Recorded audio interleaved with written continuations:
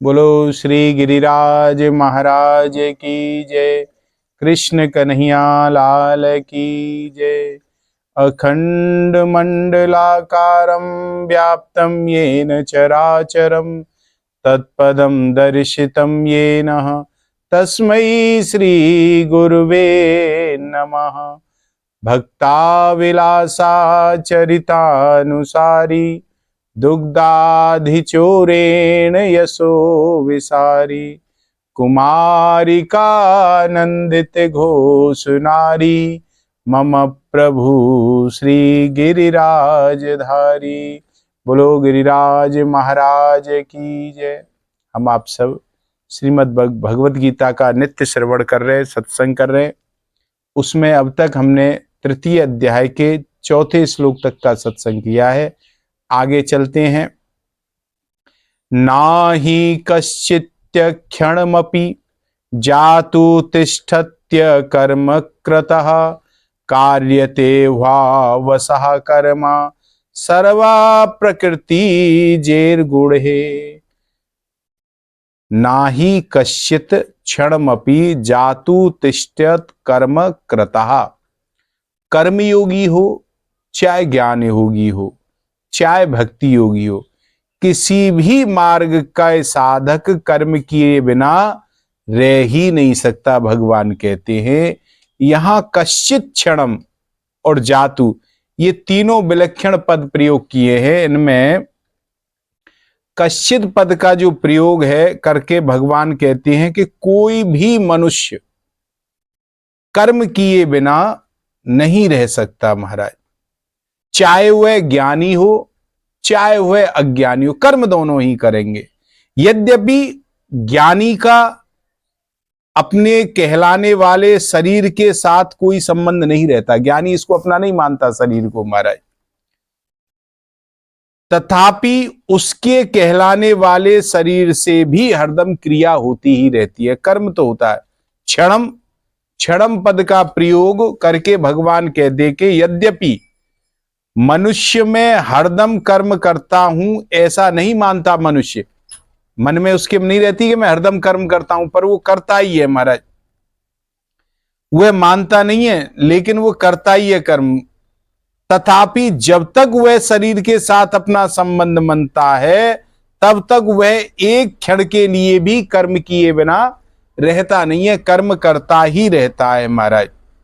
जातु पद का प्रयोग करके भगवान यह कहते हैं कि चाहे वह जागृत अवस्था में हो चाहे वो स्वप्न अवस्था में हो और चाहे वो सुसुप्ति या मूर्छा आदि किसी भी अवस्था में मनुष्य कर्म किए बिना नहीं रह सकता, कर्म तो करेगा ही करेगा। इसका कारण भगवान इसी श्लोक के उत्तरार्ध में अव्यस पद से बताते हैं कि प्रकृति के परवश होने के कारण उसे कर्म करने ही पड़ते हैं। ये जो प्रकृति है, यहां रहेगा आदमी तो उसे कर्म करना ही पड़ेगा महाराज। प्रकृति निरंतर परिवर्तनशील है, प्रकृति में नित्य परिवर्तन है और साधक को अपने लिए कुछ नहीं करना है। जो विहित कर्म सामने आ जाए उसे केवल दूसरों की हित की दृष्टि से कर देना। परमात्मा की प्राप्ति के उद्देश्य होने से साधक निषिद्ध कर्म तो कर ही नहीं सकता। बहुत से मनुष्य केवल स्थूल शरीर की क्रियाओं को कर्म मानते हैं, जो शरीर से हो रही इसी को कर्म मानते हैं, पर गीता मन की क्रियाओं को भी कर्म मानती है।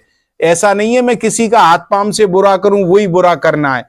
अगर मन से तुम किसी का बुरा सोचते हो तो भी तुम्हें पाप ही लगेगा, और कलयुग में अगर तुम मन से बैठे हुए किसी का भला सोचते हो, हाथ पांव से मत करो, तो भी तुम्हें पुण्य लगेगा। तो गीता कहती है मन से भी कर्म मानती है। गीता में शारीरिक, वाचिक और मानसिक रूप से की गई मात्र क्रियाओं को कर्म माना गया, तीनों तरीके को। ये नहीं कि मैं हाथ से ही कुछ करूं वही कर्म है महाराज। और शरीरवाड मनो अभिरियत कर्म प्रारभते नरहा। जिस शरीर की जिस शारीरिक अथवा मानसिक क्रियाओं के साथ मनुष्य अपना संबंध मान लेता है, वे ही सब क्रियाएं कर्म बनकर उसे बांधने वाली हो जाती हैं महाराज, बंधन में डाल देती हैं। अन्य क्रियाएं नहीं मानती, जिन्हें वो अपना नहीं मानता है वो बंधन में नहीं डालती, जिन्हें वो अपना मान लेता है वही बंधन में डाल देती। मनुष्य की एक ऐसी धारणा बनी हुई है जिसके अनुसार वे बच्चों का पालन पोषण तथा आजीविका, व्यापार, नौकरी, अध्यापन आदि को ही कर्म मान लेता है, इसके अलावा कर्म नहीं मानता वो। और इनके अतिरिक्त खाना पीना, सोना, बैठना, चिंतन करना आदि को, कर्म को छोड़कर ऐसा मान लेते हैं कि मैं कर्म नहीं कर रहा हूं। परंतु यह उनकी भारी भूल है। मनुष्य की शरीर निर्वाह संबंधी स्थूल शरीर की क्रियाएं, नींद, चिंतन आदि सूक्ष्म शरीर की क्रियाएं हैं, और समाधि आदि कारण शरीर की क्रियाएं हैं। सब कर्म है ये। स्थूल शरीर के कर्म अलग हैं, सूक्ष्म शरीर के कर्म अलग है, और कारण शरीर के कर्म अलग है। तीनों शरीर कर्म करते हैं। और जब तक शरीर में अहमता ममता है तब तक शरीर से होने वाली मात्र क्रियाएं कर्म है। कारण कि शरीर प्रकृति का कार्य है, और प्रकृति कभी अक्रिय नहीं रहती, हमेशा सक्रिय रहती है प्रकृति। अतः शरीर में अहमता ममता रहते हुए कोई भी मनुष्य किसी भी अवस्था में क्षण मात्र भी कर्म किए बिना नहीं रह सकता महाराज, चाहे वह अवस्था प्रवृत्ति की ही क्यों ना हो महाराज, वो नहीं रह सकता। कार्यते वावसा कर्म सर्वा प्रकृति जैर गुण है। प्रकृति जन्य गुण प्रकृति के परवश हुए प्राणियों से कर्म करवाते हैं। परवश होने पर प्रकृति के गुणों द्वारा कर्म कराए जाते हैं, क्योंकि प्रकृति एवं उसके गुण निरंतर क्रियाशील हैं, वो रुकते नहीं है, क्रिया में रहते हैं महाराज। यद्यपि आत्मा स्वयं अक्रिय है, आत्मा तो क्रिया में अक्रिय है, असंग है, अविनाशी है, निर्विकार है तथा निर्लिप्त है, तथापि जब तक प्रकृति एवं उसके कार्य स्थल, स्थूल, सूक्ष्म और कारण शरीर में किसी भी शरीर के साथ अपना संबंध बनाकर उससे सुख चाहता है, तब तक वह प्रकृति के परवश ही रहता है आदमी। और महाराज इसी परवशता को यहां अव्यस पद से कहा गया है 9वें अध्याय के 8वें श्लोक में, और 8वें अध्याय के 19वें श्लोक में भी प्रकृति के साथ जो संबंध मानने से परवश हुए जीव के द्वारा कर्म करने की बात कही गई है। स्वभाव बनता है प्रवृत्ति से, स्वभाव बनता है वृत्तियों से, जैसी जिसकी वृत्ति वैसा स्वभाव होता है महाराज। और वृत्तियां बनती हैं गुणों से, और गुण पैदा होते हैं प्रकृति से, ये क्रम है महाराज ऐसा। अतः चाहे स्वभाव के परवश का हो, चाहे गुणों के परवश का हो, और चाहे प्रकृति के परवश का हो महाराज, एक ही बात है, सबकी अलग नहीं है तो परवश ही। वास्तव में सबके मूल में प्रकृति जन्य पदार्थों की परवशता ही है। इसी परवशता से सभी परवशताएं अपने आप पैदा होती चली जाती हैं। अतः प्रकृति जन्य पदार्थों की परवशता को ही कहीं काल की, कहीं स्वभाव की, और कहीं कर्म की, और कहीं गुणों की परवशता कहा गया है प्रकृति जन्य। उसे नाम चाहे आप कुछ भी कह दो महाराज, तात्पर्य यह है का जीव जब तक प्रकृति और उसके गुणों से अतीत नहीं हो जाता, परमात्मा की प्राप्ति नहीं कर लेता, तब तक यह गुण, काल, स्वभाव आदि अवशेष परवश, उनके परवश ही रहता है। अर्थात यह जीव जब तक प्रकृति के साथ अपना संबंध मानता है, प्रकृति में स्थित रहता है, तब तक वह कभी गुणों के, कभी काल के, और कभी भोगों के, और कभी स्वभाव के परवश होता रहता है महाराज। कभी स्ववश स्वतंत्र नहीं रहता, वो कहीं ना कहीं किसी ना किसी के परवश में वह रहता है। इनके सिवाय यह परिस्थिति व्यक्ति, स्त्री, पुत्र, धन, मकान आदि भी का भी परवश जीव होता रहता है महाराज। परंतु जब यह गुणों से अतीत अपने स्वरूप का अथवा परमात्म तत्व का अनुभव कर लेता है तो फिर इसकी यह परवस्था नहीं रहती, यह स्वतः सिद्ध स्वतंत्रता को प्राप्त हो जाता है महाराज। ये यहां पर अब इसका भाव क्या है विशेषतः कि प्रकृति सक्रिय और असक्रिय अर्थात स्थूल और सूक्ष्म दो अवस्थाएं होती हैं प्रकृति। जैसे कार्य करना सक्रिय अवस्था है, कार्य ना करना निद्रा आदि सोते रहना अक्रिय अवस्था है महाराज। वास्तव में अक्रिय अवस्था में भी प्रकृति अक्रिय नहीं रहती, सोते हुए भी हम कर्म करते हैं, कहने का मतलब है वहां भी हम कर्म करते हैं, प्रत्युत उसमें सूक्ष्म रूप से सक्रियता रहती है। जैसे किसी सोए हुए मनुष्य को जगाने के समय से पूर्व ही जगा देने पर वह कहता है कि मुझे कच्ची नींद में जगा दिया, इसका मतलब काम कर रही है, नींद कच्ची पक्की हो रही है, तो प्रकृति काम कर रही है महाराज। तो इससे यह सिद्ध हुआ कि नींद की अक्रिय अवस्था में भी नींद के पकने की क्रिया हो रही है महाराज, इसलिए वह निष्क्रिय नहीं है, क्रिया कर ही रहा है।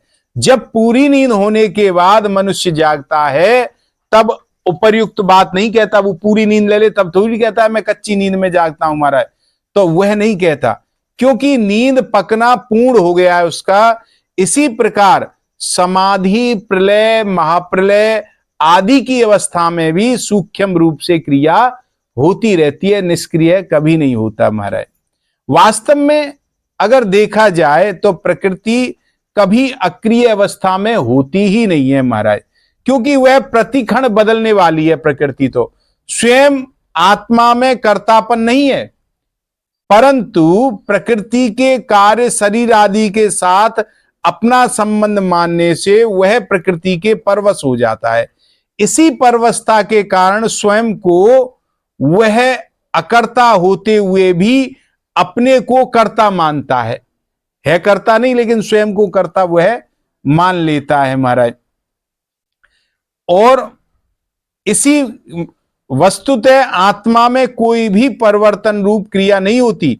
जैसे प्रकृति द्वारा समस्त सृष्टि की क्रियाएं स्वाभाविक रूप से हो रही हैं, ऐसे ही उसके द्वारा बालकपन, जवानी, वृद्धावस्था आदि, भोजन का पचना, श्वासों का आवागमन आदि क्रियाएं एवं इसी प्रकार देखना, सुनना आदि क्रियाएं भी स्वाभाविक रूप से हो रही हैं, अपने आप चल रही हैं महाराज। परंतु जीवात्मा कुछ क्रियाओं में अपने को कर्ता मानकर बांधता नहीं है। जीवात्मा अपने को कर, ये सहज चल रही है क्रिया, मैं नहीं कर रहा हूं वो महाराज। प्रकृति निरंतर परिवर्तनशील है, पर शुद्ध स्वरूप में कभी भी परिवर्तन नहीं होता उसका। वैसे परिवर्तनशील है लेकिन उसका जो शुद्ध स्वरूप है उसमें परिवर्तन नहीं होता। वास्तव में प्रकृति पदार्थों की कोई स्वतंत्र सत्ता नहीं है, प्रतिकरण बदलते हुए पुंज का नाम ही पदार्थ है। और पदार्थों के साथ अपना संबंध मानने से कोई भी मनुष्य किसी भी अवस्था में क्षण मात्र के लिए भी बिना नहीं कर्म किए बिना नहीं रह सकता। अगर साधक ऐसा वास्तविक अनुभव कर ले कि संपूर्ण क्रियाएं पदार्थों में जो भी ही हो रही हैं और पदार्थों के साथ मेरा किंचित मात्र भी संबंध नहीं है, तो वह परवस्था से मुक्त हो जा सकता है। कर्मयोगी प्रतिक्षण परिवर्तनशील पदार्थों की कामना, ममता और आसक्ति का त्याग करके इस परवस्था को मिटा देता है, उनमें अपना संबंध नहीं जोड़ता, आसक्ति नहीं रखता उसे। भगवान ने इस श्लोक में जो बात कही है वही बात भगवान ने 18वें अध्याय के 11वें श्लोक में भी कही है कि प्रकृति से अपना संबंध मानते हुए कोई भी मनुष्य कर्मों का संपूर्णता से त्याग नहीं कर सकता। उसे अपना संबंध मानना है तो प्रकृति से संबंध नहीं रखने पड़ेंगे। मान ना ही देह भृता साख्यम त्यक्तुम कर्माण्य शेषतः, ऐसा कहा है। क्रिया मात्र केवल प्रकृति में ही होती है, परंतु प्रकृति के साथ अपना तादात्म्य स्वीकार करने से मनुष्य प्रकृति जन्य गुणों के अधीन हो जाता है, अवयस तथा उसका क्रिया के साथ संबंध हो जाता है। इसीलिए प्रकृति के साथ अपना संबंध मानने वाला कोई भी मनुष्य जागृत, स्वप्न, सुषुप्ति, मूर्छा, समाधि, सर्ग, महासर्ग, प्रलय, महाप्रलय आदि किसी भी अवस्था में क्षण मात्र भी कर्म किए बिना नहीं रहता है। सुषुप्ति, मूर्छा, समाधि अवस्था में क्रियाएं कैसी होती हैं, यहां बताते हैं कि मनुष्य सोता हो और कोई उसको बीच में ही जगा दे, जैसे मैंने बताया तो मेरे को कच्ची नींद में जगा दिया, इससे सिद्ध होता है कि सुषुप्ति अवस्था में भी नींद पकने की क्रिया हो रही थी। ऐसे ही मूर्छा और समाधि के समय भी क्रिया होती है। पतंजलि योग दर्शन में इस क्रिया को परिणाम नाम से जाना जाता है। परिणाम का अर्थ है परिवर्तन की धारा, अर्थात बदलने का प्रभाव। तात्पर्य है कि समाधि के आरंभ से लेकर व्युत्थान होने तक क्रिया होती ही रहती है। अगर क्रिया ना हो तो व्युत्थान हो ही नहीं सकता। और समाधि के समय परिणाम होता है और समाधि के अंत में व्युत्थान होता है, उसमें भी परिणाम से व्युत्थान तक की क्रिया समाधि में भी चल रही है। प्रकृति के संपूर्ण अवस्थाओं से अतीत सहजावस्था अथवा सहज समाधि सहजावस्था स्वरूप की होती है, जिसमें किंचित मात्र भी कोई क्रिया नहीं है, क्रिया होनी संभव ही नहीं है। अतः सहजावस्था में परिणाम तथा व्युत्थान कभी होता ही नहीं है, कारण कि क्रियाएं प्रकृति विभाग में ही हैं, स्वरूप विभाग में क्रियाएं नहीं है। कार्येति हावश्य कर्म, कर्म करने में तो हम परतंत्र हैं, पर उनमें राग द्वेष करने अथवा ना करने में हम स्वतंत्र हैं, तो उनमें राग द्वेष नहीं करें। भगवान ये कहते हैं कर्म करो बिना राग द्वेष किए। यह 5वें श्लोक में अर्जुन को समझाते हैं। इस आज के सत्संग को यहीं विराम। 2 मिनट नाम संकीर्तन।